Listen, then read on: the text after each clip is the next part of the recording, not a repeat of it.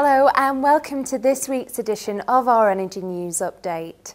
Drax Power, the owner of Europe's largest power station, has announced that it is shelving plans to introduce both co-firing of biomass at the main station, as well as building 3 dedicated biomass plants. For the main plant, the introduction of biomass was planned to reduce the output of emissions by 2.5 million tonnes, over 10% of current output. This would also reduce Drax Power's cost for the carbon permits it has to buy under the EU ETS. Under the scheme, the company is only allocated permits for around 10 million tonnes and has to make up the shortfall from the carbon market. We have Michael Allen from the energy trading team with us to help us understand what is behind this issue. Mike, what have Drax Power said about why these plans have been shelved? Well, understandably, the decision is about cost.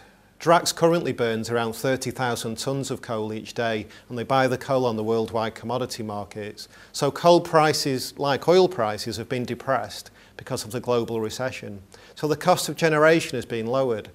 The biomass that they plan to use currently costs significantly more than the coal it would replace, and so this would push overall costs up.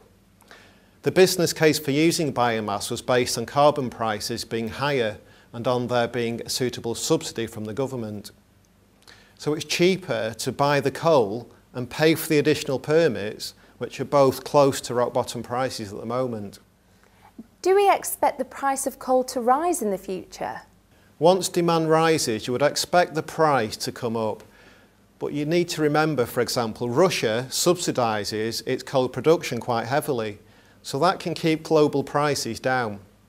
On top of that, if coal prices do rise, then the first thing the generators will do is likely increase the use of gas. We can also expect that carbon prices may rise, and in the future when the generators have to buy all of their allowances, then that may change the economics of biomass projects. But that's a long way down the line still. So what about the dedicated biomass plants? Why have they been put on hold as well? Well, again, it's still about making a viable business. But the issue is whether it will stay viable in the future. Renewable generation plants of this size get subsidised through the Renewables Obligation Scheme. There's a sliding scale of how many certificates are given for each megawatt of generation. For example, wind turbines can get a double or a multiple of 2, biomass gets 1.5, and currently a ROC certificate is worth around £50. The problem is that wind turbines have been guaranteed the subsidy for 20 years, but this hasn't been the case for biomass projects. When the bandings are reviewed in 3 years' time, the 1.5 multiple ROC per megawatt hour could be reduced. So for businesses looking at an investment upwards of £750 million per plant, you need to be certain about making the returns to cover the costs. Generators have been talking to the government and the opposition to try and get a 15-year guarantee. And there's now talk that if this issue isn't resolved, then the plants could be built outside of the UK. Thanks for that, Mike. We now turn to a roundup of other energy stories this week.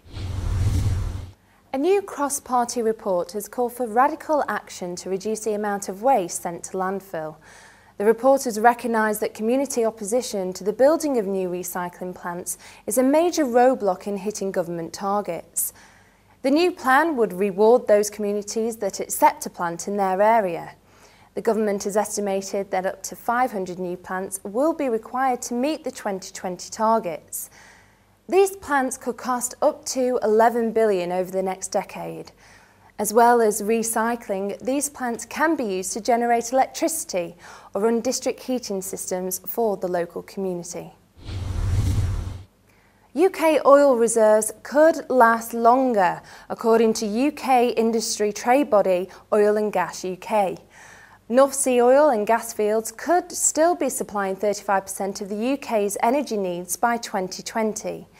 This assumes that the projects which have been backlogged due to low oil prices are brought on stream. Without these additional sources, by 2020 it is estimated that production will be down to 500,000 barrels per day, or around 11% of our total energy usage. Oil prices are currently too low to make these projects viable, In the same way, many renewable energy projects would not be viable without subsidy payments. This raises the question of whether energy security is sufficiently critical to also attract government support. Plans to drill a 3,500 metre oil well 60 miles north of the Falkland Islands have stirred the ongoing dispute between the UK and Argentina over sovereignty. The new well being drilled by oil company Desire Petroleum and would help to offset the effects of the global recession which have hit the islanders.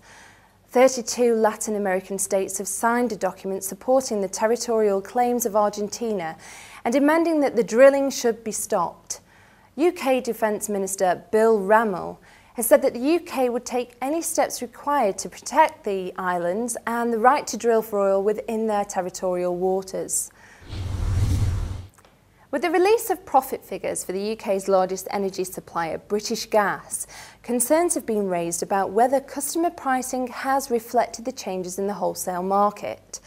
With profits rising by 50% in the last year, various consumer groups and the Conservative Party have called for the energy supply industry to be investigated. A representative of the suppliers industry body has said that much of the gas being used was brought up to 2 years ago when wholesale prices were higher. She also denied that energy firms were guilty of profiteering. As longer-term contracts are replaced with deals struck whilst energy prices are very low, then there is a prospect of further cuts in price to come. In the longer term, the cost of carbon reduction and building new energy infrastructure is likely to send prices back up again. ExxonMobil and Qatar Petroleum have announced a new LNG plant capable of producing almost 8 million tonnes each year. This is the fourth plant of this type that has come online in the last 12 months.